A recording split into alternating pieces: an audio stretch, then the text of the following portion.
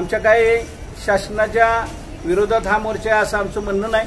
आमच्यावर काही गोष्टी अन्याय करत लादल्या जातात त्या तेवढ्या रद्द कराव्यात ही आमची हक्काची मागणी आहे। त्यातला पहिला विषय महत्त्वाचा सगळ्यात असेल तो म्हणजे 15 मार्च किंवा 23 मार्च ज्यात सुधारणा झाली 10 पटाच्या आत शिक्षक घेतला जावी कंत्राटी पद्धत ही पहिली बंद करावी हा आमचा विषय आजच्या मोर्चाचा प्रामुख्याचा विषय आहे।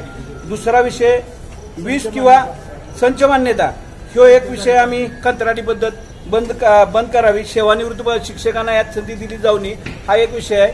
त्याचबरोबर विद्यार्थ्यांचा आधार कार्ड नसल्यामुळे काही वास्तवात आधार कार्डात लिंक करत असताना येणाऱ्या अडचणी शासनाने लक्षात घ्याव्या आणि ती बाब जाणीवपूर्वक लक्षात घेऊन संच मान्यता करावी अशी एक आमची मागणी महत्त्वाची राहील। तसंच शैक्षणिक आणि अशैक्षणिक कामं नक्की कोणती ह्याचा एकदा क्रायटेरिया ठरवलं जावं। शासन निर्णय होतोय एक आणि खाली अधिकाऱ्यांच्याकडून राबवलं जाते दुसरं, अशी एक काही जी पद्धत होती त्यात कुठला तरी समन्वय यावा ही एक आमची महत्त्वाची मागणी राहील। आणि दुसरा विषय सगळ्यात महत्त्वाचा म्हणजे जिल्हा परिषद प्राथमिक शिक्षकांना मुख्यालयाची सक्ती जी आहे ती सक्ती रद्द करावी हा अनेक वर्षाची आमची मागणी आहे। त्यात काय आम्हाला अद्याप न्याय मिळत नाही, तो सुद्धा न्याय आदरणीय मुख्यमंत्री साहेबांनी द्यावा अशी एक विनंती आहे। ऑनलाईन माहितीच्या बाबतीत जर बघितलं सतत ऑनलाईन मध्ये मुख्याध्यापक आमचा गुंतला जातोय, त्यामुळे विद्यार्थ्यांच्या शैक्षणिक गोष्टीकडे आमच्या शिक्षकाचं लक्ष कमी राहतंय।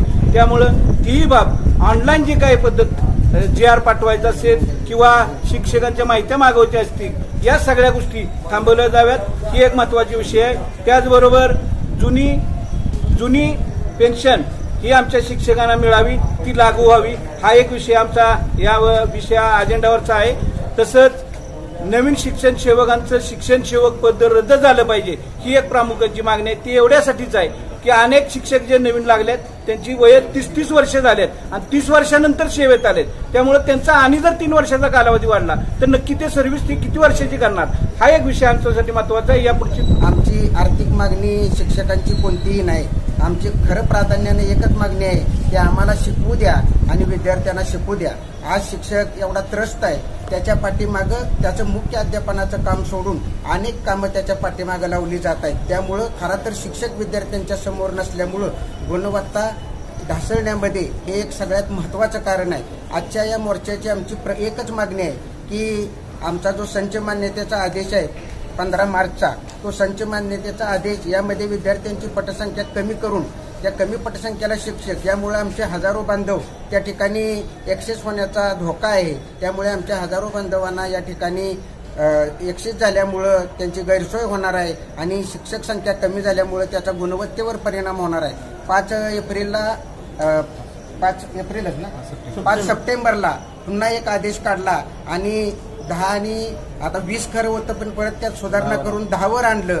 यामधला एक शिक्षक कमी करून त्याच जागेवर नवीन कंत्राटी पद्धतीनं सेवानिवृत्त शिक्षक बांधवाला नियुक्ती द्यायची। ह्याला जिल्ह्यातील आणि राज्यातील सर्व शिक्षकांचा आमचा कडाडून विरोध आहे। जे आमचे बांधव बेरोजगार आहेत त्यांना खऱ्या अर्थाने या ठिकाणी नोकरीची संधी मिळाली पाहिजे अशी आमच्या मोर्चाच्या संदर्भानं भावना आहे। त्याचप्रमाणे शिक्षण सेवक पद हे कायमस्वरूपी रद्द झालं पाहिजे। यापूर्वी कंपन्यांमध्ये किंवा इतर ठिकाणी कंत्राटी पद्धत होती, आज शिक्षण हा विषय असा आहे की यामध्ये कंत्राटी पद्धत आणून या ठिकाणी शिक्षण या क्षेत्राचा खूप मोठ्या पद्धतीनं अपमान झालेला आहे। म्हणून हे पद कायमस्वरूपी बंद करावं अशा अनेक न्याय मागण्या घेऊन आज आम्ही खऱ्या अर्थानं जिल्हाधिकारी साहेबांना आमचं निवेदन दिलेलं आहे। आमचा आवाज माननीय जिल्हाधिकारी साहेबांच्या माध्यमातून शासनापर्यंत पोहोचावा ही आमची अर्थ अशी मागणी आहे की निश्चितपणाने शासनापर्यंत आमचा आवाज पोहोचेल आणि आमच्या न्याय मागण्या मान्य होतील एवढीच या ठिकाणी अपेक्षा करतो आणि या ठिकाणी थांबतो। नगरपालिका आणि महानगरपालिका शिक्षक संघटना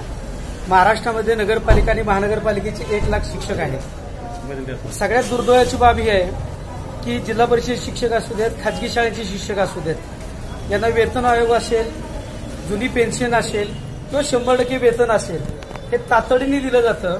परंतु सगळ्यात मोठं जर वेठबिगार म्हणून कुणाला राबवलं जात असेल तर या महाराष्ट्रातील नगरपालिका आणि महानगरपालिकेच्या शिक्षकांना अद्यापही महाराष्ट्रामधल्या कोणत्याही नगरपालिका आणि महानगरपालिका शिक्षकांना BCBS नाही, NPS नाही किंवा UPS असल्या कोणत्याही प्रकारच्या योजना लागू केलेल्या नाहीत। आणि म्हणून आमच्या संघटनेने परवा दिवशीच मुख्यमंत्र्यांना पार्टी करून आम्ही 100 शिक्षक 15 ऑक्टोबरला मंत्रालयाच्या समोर आत्मदहन करणार आहे अशा प्रकारचा आम्ही मंत्रालयामध्ये इशारा दिलेला आहे. मुख्यमंत्री उपमुख्यमंत्र्यांना आम्ही त्यांनाही कोर्टामध्ये पार्टी केलेली आहे.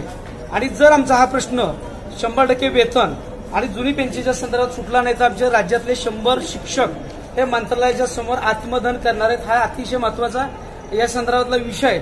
शासन एकीकडे खाजगी शाळांना देतंय पण नगरपालिका महानगरपालिका शाळांना देत नाही. या ठिकाणी वेठबिगार म्हणून शिक्षकांना राबवलं जातंय. आज 15 आणि 20 हजार वर शिक्षक घेतले जातात आणि विद्यार्थ्यांना अतिशय वेटीज धरलं जातंय. आणि म्हणून नियमित शिक्षक या ठिकाणी नेमावं आणि जुनी पेन्शन लागू करावी अशा प्रकारची आमची या ठिकाणी मागणी. धन्यवाद.